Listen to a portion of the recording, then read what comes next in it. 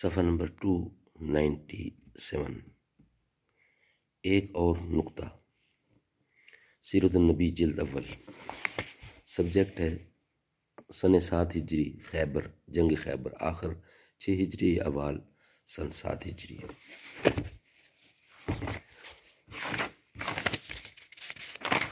اردو زبان میں سرور عالم صلی اللہ علیہ وسلم کی سیرت پر جامع ترین کتاب سیرت النبی صلی اللہ علیہ وآلہ وسلم، علامہ شبلی نعمانی رحمۃ اللہ، علامہ سید سلیمان ندوی رحمۃ اللہ، جلد اول، سیرت النبی صلی اللہ علیہ وسلم۔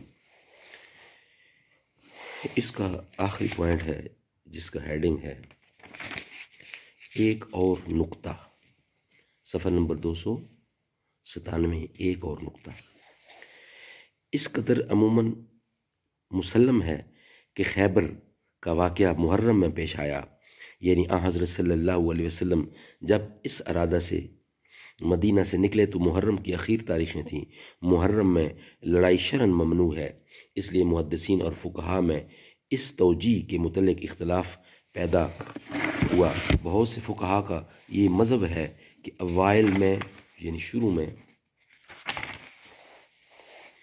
البتہ ان مہینوں میں لڑائی شرعاً ممنوع تھی، لیکن پھر وہ حکم منسوخ ہو گیا۔ علامہ ابن قیم نے لکھا ہے کہ حرمت کا پہلا جو حکم نازل ہوا تھا وہ اس آیت کی روح سے ہے، کل قتال فیہ کبیر وصدوا عن سبیل اللہ، کہہ دو کہ اس مہینہ میں لڑنا بڑا گناہ ہے اور خدا کی راہ سے روکنا ہے۔ پھر سورۃ معاہدہ میں یہ آیت اتری، یا ایھا الذین آمنوا لا تحلوا شعائر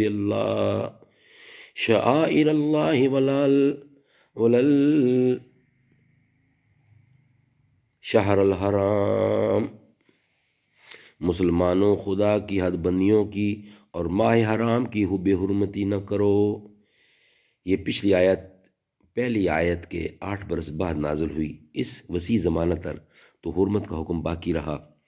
اب وہ کون سی آیت یا حدیث ہے جس سے یہ حکم منسوب ہو گیا؟ اور خدا کی کتاب اور حدیث میں ان آیتوں کے حکم کا کوئی ناسخ نہیں۔ مجوزین نے یہ استدلال کیا ہے کہ فتح حرم، طائف کا محاصرہ، بیت الرضوان، یہ سب ماہ حرام میں ہوئے تھے، اس لیے اگر ماہ حرام میں لڑائی جائز نہ ہوتی تو حضرت صلی اللہ علیہ وسلم ان کو کیوں کر جائز رکھتے؟ حافظ ابن قیم نے جواب دیا ہے کہ ماہ حرام میں ابتداً جنگ کرنا حرام ہے، لیکن اگر دشمنوں کا مدافع مقصود ہے تو بالاتفاق جائز ہے۔ وہ سب واقعات دفاعی تھے۔ حضرت صلی اللہ علیہ وسلم نے پیش دستی نہیں کی تھی بلکہ دفاع کیا گیا تھا۔ بیت رضوان اس لیے لی گئی تھی کہ یہ خبر مشہور ہو گئی تھی کہ کفار نے حضرت عثمان رضی اللہ کو جو سفیر ہو کر گئے تھے قتل کر دیا۔ طائف کا محاصرہ کوئی مستقل جنگ نہ تھی بلکہ غزوہ حنین کا بقیہ تھا، جس میں خود کفار ہر طرف سے جمع ہو کر حملہ آور ہوئے تھے۔ فتح حرم کا واقعہ حدیبیہ کی شکست کا نتیجہ تھا جس کی ابتدا قریش نے کی تھی۔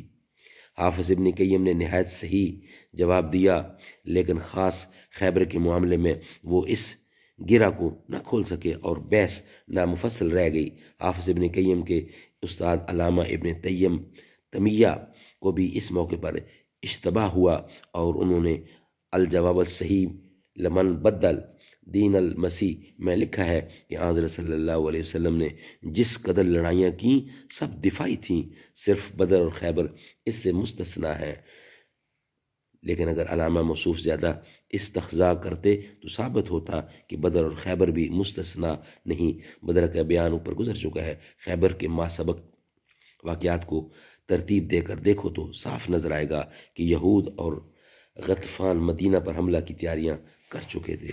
صدق اللہ العلی العظیم و صدق رسولہ النبی الکریم۔